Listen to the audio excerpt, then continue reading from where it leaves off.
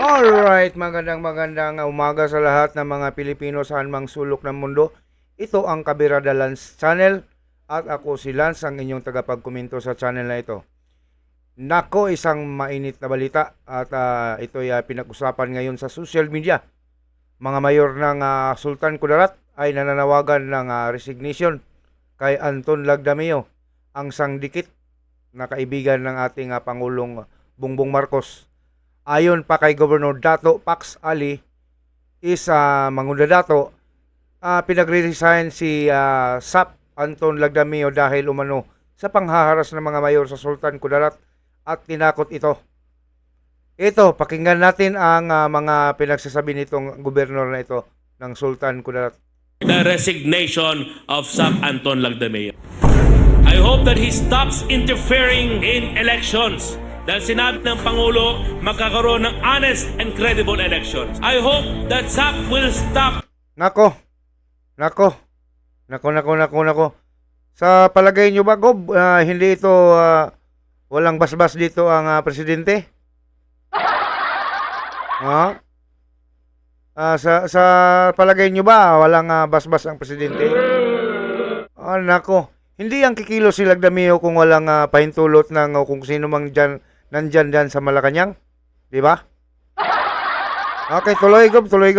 Harassing the mayors. Kasi Nako, hindi harassing. yan ang pag-uugali na isang bagong Pilipino. Takutin mo ang ating mga mayors, nihaharas mo sila, at sasabihin mo, kung hindi ka sasama sa utos ng Malacanang, diba? Dinadname drop pa ang Pangulo. Nako po. Kakasuhan ka namin, tatanggalan ka ng bodyguard, papalabanan ka namin, papakulong at paparade ka namin. Nako, napakatindi nga banta niyan. Baka sabihin nilang piki na naman yan, gawa-gawang istorya ng mga mayor ng Sultan Kudarat. SAP Anton is no longer representing the principles and ideas of the President. Being SAP, he must be an extension of the President. Extension not in politics, but in service. Dapat hintuin niya na ang mga yan. I really have no idea kung bakit biglang naging ganyan ang ating kaibigan. He was a very close friend. He was even a partner in many things. Pero bigla lang na nakapagsabi siya na ganito ganyan. Hindi pwede. Ang term na ginamit niya, putulan daw ang pakpak ng mga taga-sultan. Nako, ano akala niya sa mga mayor? Wakwak? Bakit putulan ng pakpak? Itong si Lagdameo ay ito ang asawa ni Don Zulueta, yung artista na maganda. Apo ito ni Florindo, yung may-ari ng Tadico dito sa Davao del Norte. Oo. At akala ko ito ay mabait kasi mabait naman ang mga Florindo. Ito yung si Lagdameo, yung sinasabi ni Katibinag, di ba? Yung lumalabas sa mga video ni Maharlika. Hindi natin alam kung totoo itong mga pinagsabi ng itong mga vlogger na ito, si Maharlika at si Katibinag. Pero ito, lumabas na itong mga tunay na kulay ng mga taong ito, no? So maybe may mga pag-iisip tayo na baka nga totoo kasi braso na tayo ng itong mga tauhan ng administrasyon. Parang nasa movie na tayo ni Fernando Po Jr. May mga ganong banta. 'Di ba? Ang saklap naman ng mga pangyayari ngayon sa ating bansa. Simula nang nanungkulan itong si BBM. No? Napakasaklap ng mga pangyayari, maraming samot-saring isyu na hindi kaya-aya, hindi magandang isyu. At napaka-less ng mga isyu na may mga project, may mga nagawang kabutihan sa bayan. Puro negative ang mga isyu nga lumabas ngayon. Diba?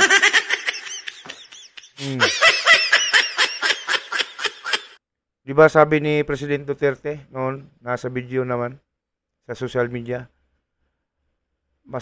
siya daw ay masaya kapag nakita itong mga kulukoy na ito, lalong ito si Lagdamio, na bumaba dyan sa hagdan ng Malacanang, yung hagdan kung saan lumuhod ang nanay ni Dr. Jose Rizal para sagipin ang buhay ng kanyang anak na si Rizal. Diyan sa hagdanan yung matirik na hagdan, yung maraming baitang, no? Okay, patuloy natin itong kay Gobernador Ali. Kudarat. Sabi ko, anong kinalaman ng Sultan Kudarat sa kanyang personal interest? I really have no... Sa tingin ko talaga, itong bakit siya ang lumapit diyan sa mga mayor ng Sultan Kudarat. Dahil may nag-utos diyan. Oh. Kahit sino namang amo, sino ang mataas na tao na may mga tao-tauhan na kagaya ni Lagdamio, siyempre, hindi ang amo ang magpunta kung saan ang gusto niyang mangyayari. Kailangan niyang iutos talaga yan para safe itong kumbaga safety ang kanyang pagkatao. Kaya inuutos niya sa mga tao niya. Hindi natin alam kung sino. Basta merong nag-utos diyan. Oh. Oh, 'di ba?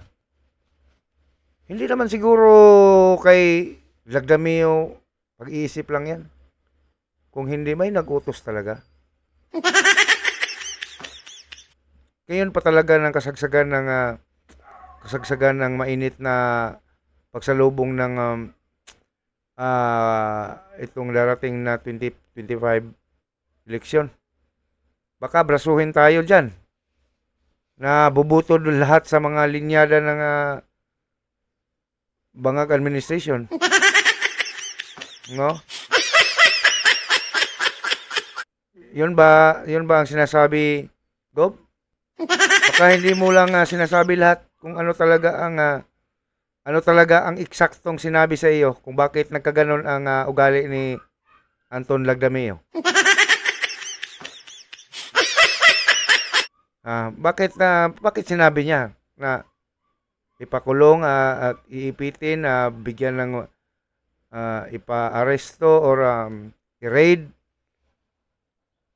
Anong simula ng kanyang pananalita? At nung tumanggi ka, bakit tumanggi ka? Ano ang dahilan at anong sinasabi talaga? Yung eksaktong sinabi niya na tinanggihan mo at nagagalit. Yun ba? Ito ba'y kaugnay sa nalalapit na halalan? Oh. At tayo, wala tayong sinasabi na totoo ito ha. Ang atin na speculation lang. At tayo naman ay may mga utak.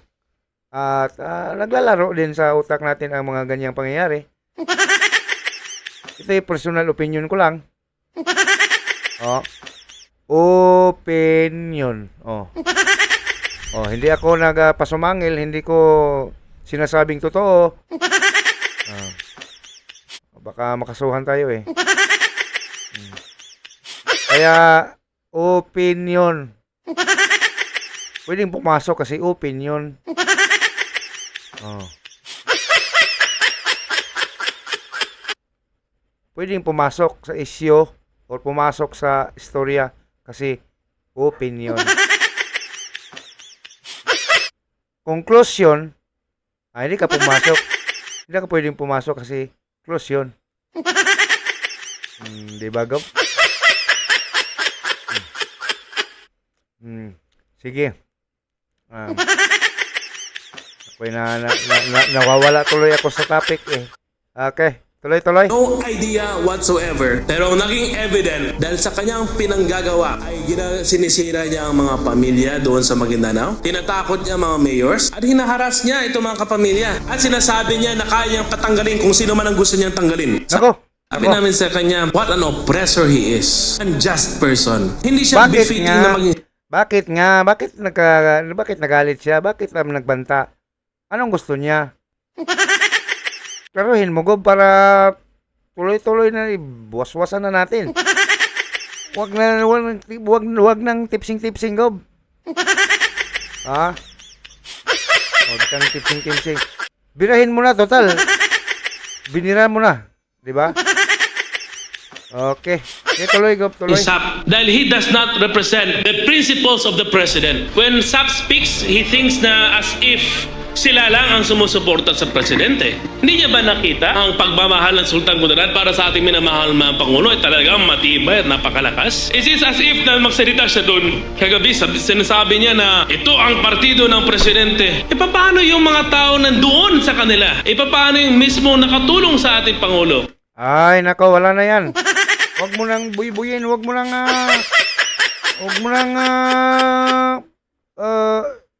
ano bang tawag sa Tagalog ng pamoy-boy? Nako, iwan. Huwag mo nang pagsabihan ng ganyan na hindi naman yan hindi naman, ay nako, sige, tuloy. Itong partido ng presidente, hindi yung mga kasama niya doon. Hirap kasi itong Bisaya tayo eh. Naningkamot lang tayo para makapag-vlog. Oh. Pero okay lang yan. Ang importante, may Lenny Robredo is naibigay tayong impormasyon sa mga tao, di ba? Oh. Sa susunod na panahon, siguro mga 2 years, gagaling din itong aking pagtatagalog. Pagpasensyahan nyo na mga kabirada at importante, naintindihan nyo. Pareho naman kami ni Duterte at ni Bato ng Tunada eh. At ni Pacquiao. Di ba? Oh, sige, tuloy tayo. Reno man last election. At yung iba doon, tinakot lang. So I hope hindi niya makalimutan kung sino nga ba talaga ang nasa likod nila nung panahon na nangangailangan sila ng suporta hanggang ngayon. As I said earlier, Wag mo nang isumbat, Gob. Wag na. Hindi na yan makonsensya ng mga tao na yan. Binira nga nila si Duterte, si Vice President Sara na kung sino, yung si Vice President na ang tanging taong nakatulong sa kanila para manalo ng makapasok itong si Bobong Marcos. Di ba? Ito pa yung pinagsasabi mo, Gob? Nako, wala yan. Hindi na makonsensya yan. Mantakin mo, Vice President, yung dahilan ng kanilang pagkaupo dyan sa Malacanang ay tinira nila. Kayo pa kaya? here today, we are with the president. Kayo pa kaya? Tinira nga ng mga taong yan, ng mga tumulong ng mga tao sa kanila. Yung si Kadima. Masugid na tagapag-lingkod at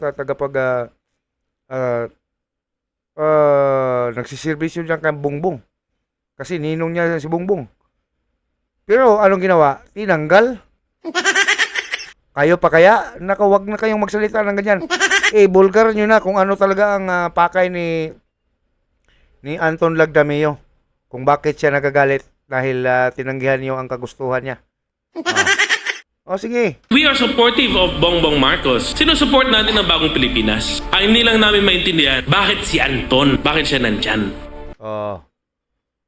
Nandyan si si Anton Lagdameo dahil sang dikit, hard, ano bang tawag? One heart yan sila ni Bongbong Marcos. Kapartner niyan ng pag hit-hit ng utot ni Satanas.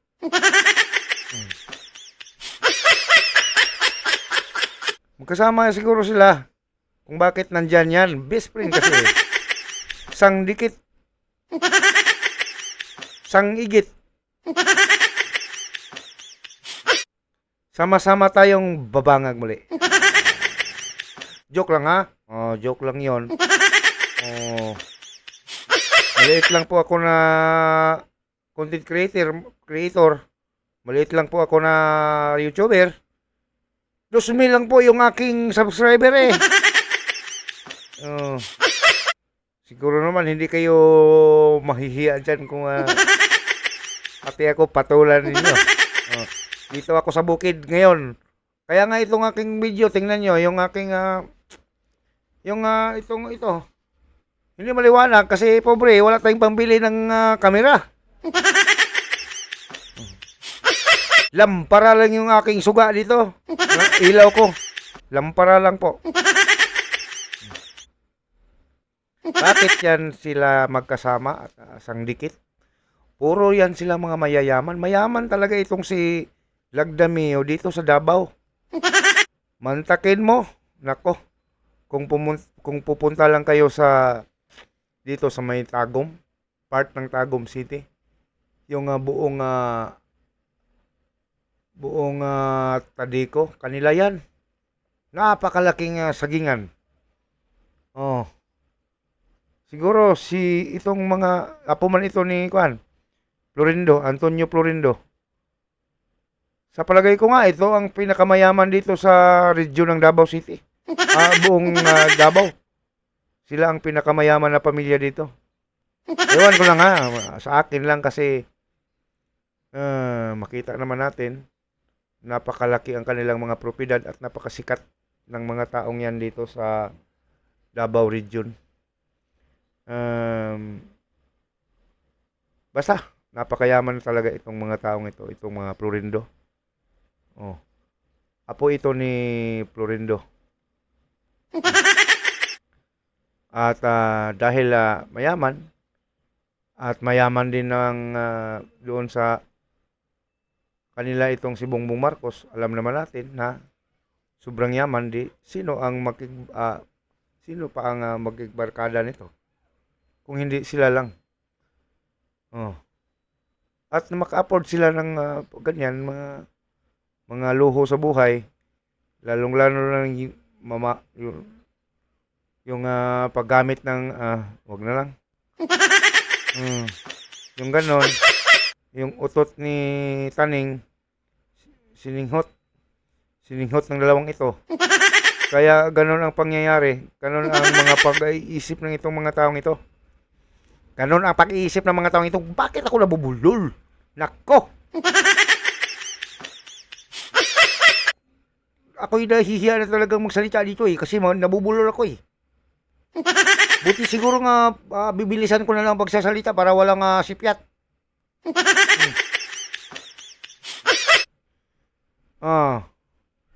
Ang sabi pa dito may sabi lang.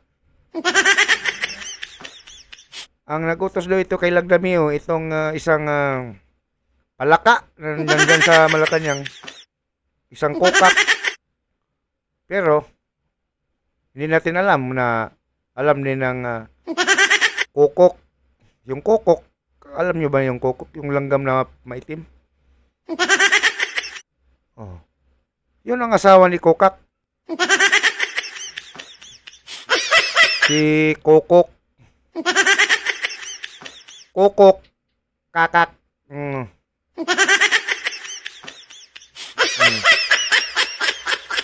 Pasensyahan nyo na kung hindi talaga maliwanag ang pagmamukha ko dito Kasi wala pa tayong pangbili ng kamera.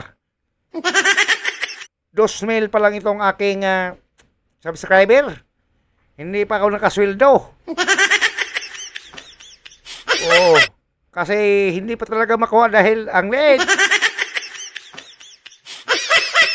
Pero tuloy-tuloy itong aking pag-vlog. Hanggang sa mag-million itong aking subscriber. Walang undangan ito. Walang atrasan na. Okay. At maraming salamat sa inyong panonood. At kung hindi pa kayo nakapag-subscribe, paki-subscribe naman at tayo ay masaya na. At kung hindi pa kayo naka-like, like nyo naman. At kung mayroon kayong masabi dito sa aking video o ng mga komento ninyo, paki-comment sa baba sa comment section at pag-usapan natin. At kung gusto nyo na makapanood pa kayo ng aking mga video in the future, paki-hit ng notification bell para ma-notify kayo kapag may video na naman akong gagawin. Okay, salamat sa mga nanonood. Maraming salamat. Bye-bye.